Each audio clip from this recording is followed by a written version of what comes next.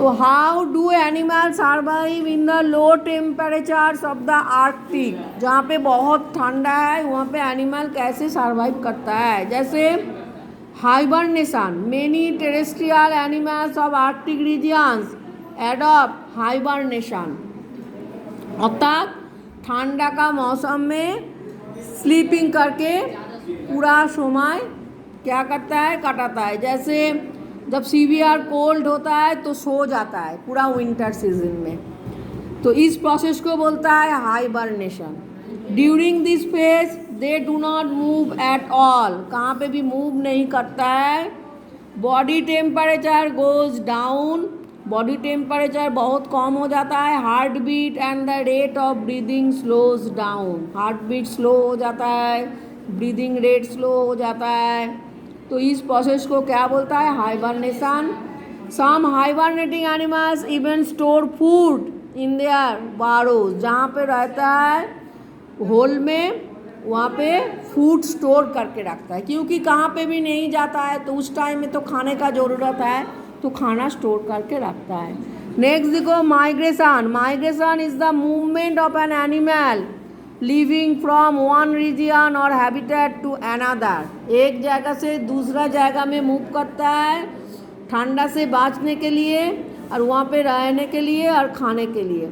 Many animals of Arctic region like birds, reindeer etc. migrate from colder region to warmer place to find food or to give birth to their young ones। हाँ, बात के लिए to give birth and to find food, खाना ढूंढने के लिए। For example, Arctic tern reaches Antarctica from Arctic region by flying 11,000 miles। Arctic tern एक bird है जो एंटार्क्टिका में चला जाता है आर्कटिक रीजन से, खाली फ्लाइंग के द्वारा उड़ के चला जाता है।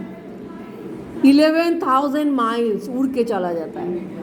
तो when do arctic animals lay eggs और give birth to their young ones, most of the Arctic animals avoid giving birth to their young ones in the intense cold। ठंडा में गिविंग बर्थ को अवॉइड करता है। Scarcity of food during that period compels them to adopt such behavior। इस time में ठंडा में food का बहुत क्राइसिस होता है। Animals have to start establishing their territory from the end of spring। फिर जब स्प्रिंग का एंड आता है तब स्टार्ट एस्टेब्लिशिंग देयर टेरिटरी, फिर टेरिटरी एस्टेब्लिश करने के लिए स्टार्ट कर देता है रहने के लिए। दे ले एग्स टू और give birth to their young, फिर क्या होता है, एग देता है और यंग का जन्म भी देता है। Plants also flower during this time, plants में क्या होता है, फ्लावर आ जाता है। Polar bears adopt different methods for giving birth to their young ones। Polar bear एकदम ठंडा जाएगा जहाँ पे आइज है वहाँ पे रहता है। Female polar bear give birth in winter. Polar bear को गिव बर्थ के लिए एडेप्टिव फीचर है, तो ये बर्थ दे सकता है और ये बहुत ठंडा जहाँ पे है वहाँ पे रहने के लिए इसको एडेप्टिव फीचर है। जैसे बड़ा बड़ा फार है बॉडी में जो ठंडा से प्रोटेक्ट करता है। स्किन के नीचे फैट जमा हुआ रहता है जो ठंडा से प्रोटेक्ट करता है। पाँव में पैड है, थिक पैड, जो आइस के ऊपर चलने के लिए हेल्प करता है।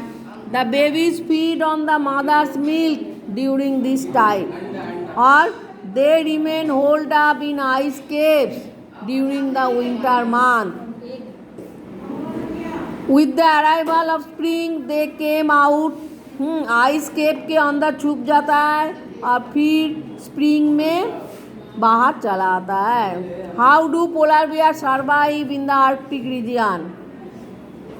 This is a marvellous phenomenon। They cannot be distinguished easily as their white fur camouflage them with the ice and snow cover of the Arctic। इतना वाइट कलर का फार है कि आइस के साथ छुप जाता है और डिफरेंशिएट नहीं कर सकता है, तो एनिमी से प्रोटेक्ट करता है अपने आप को।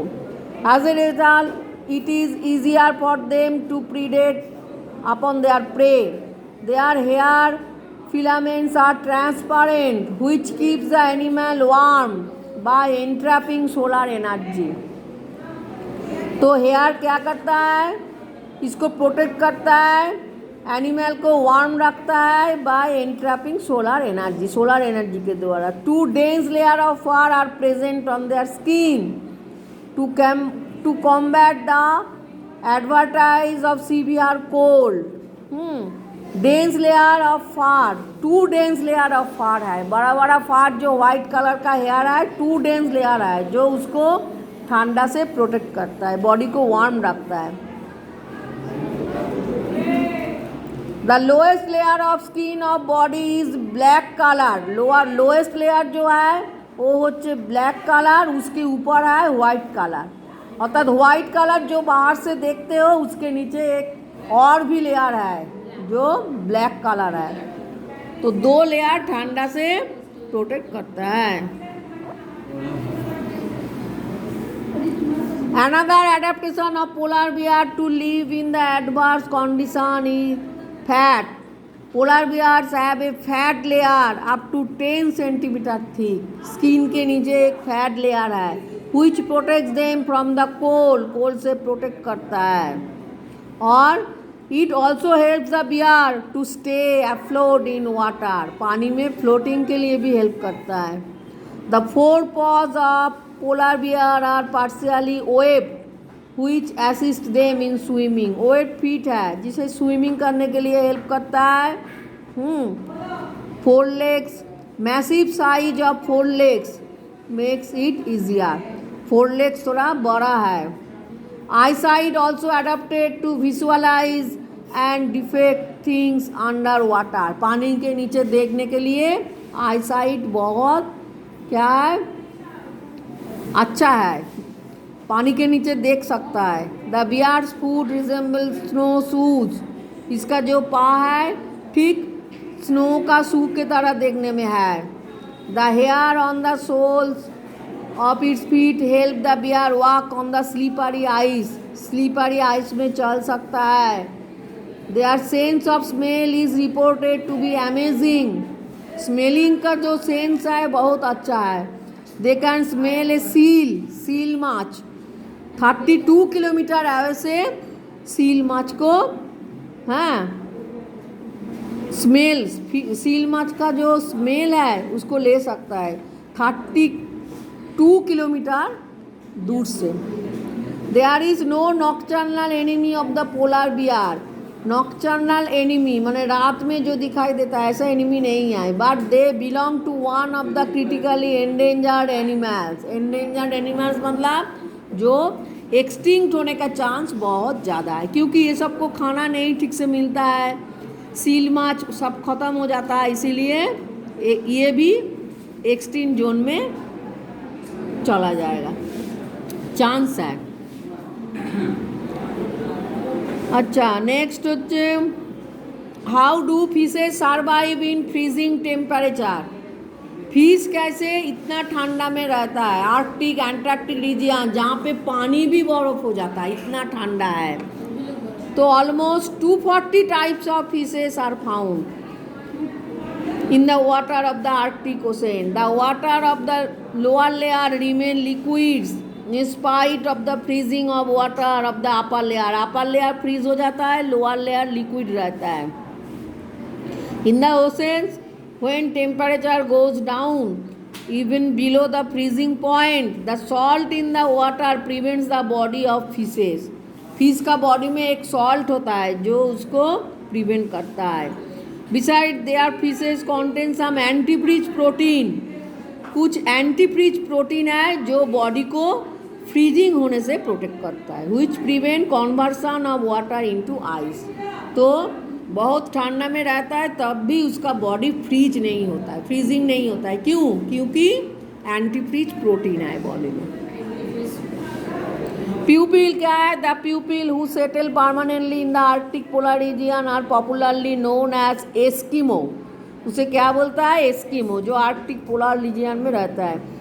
Eskimo means the people who eat raw meat, raw meat जो खाता है, अर्थात अच्छी तरह जला के नहीं खाता है।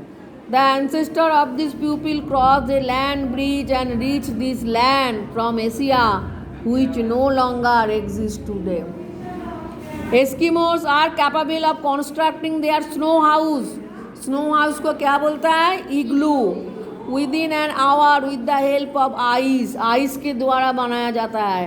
But Eskimos do not always stay inside igloo. Only the Canadian Eskimo construct this type of rest house. Canadian Eskimo, Canada में भी बहुत बर्फ जम जाता है, तो वहाँ पे भी जो एस्किमो बर्फ के द्वारा अपना घर बनाता है उसे कहता है कनाडियन एस्किमो, रेस्ट हाउस बनाता है। While traveling to a remote destination, the lifestyle of Eskimo are very risky and hazardous. The principal food of them are seal. seal माछ खाता है, salmon fish खाता है, cod fish खाता है of the cold water of the North Sea. They hunt and eat flesh of duck, hares, polar fox, polar bear and even whales. ये सबको भी पकड़ के खा लेता है। The indispensable part of the life of Eskimos are dog. Dog इसको बहुत हेल्प करता है। Eskimo pursue their hunting animals over a large geographical area in order to save their families. Hunting animals ढूंढने के लिए जाता है बहुत दूर तक। But it is not possible on bear foot, खाली पाँव में जाना इम्पॉसिबल है क्योंकि वहाँ पे तो खाली बर्फ ही है। So Eskimo have to depend on sledge car, एक स्लेज कार के ऊपर डिपेंड करता है, जो कार जैसे डॉग के द्वारा चलाया जाता है। डॉग उस कार को खींच के ले जाता है बहुत दूर, खाना ढूंढने में हेल्प करता है। Eskimos also use the smelling power, smelling power है of dog to identify the hunting animals. Dog का जो स्मेलिंग पावर है, डॉग बहुत दूर से ढूंढ लेता है कि कहाँ पे हंटिंग एनिमल्स है।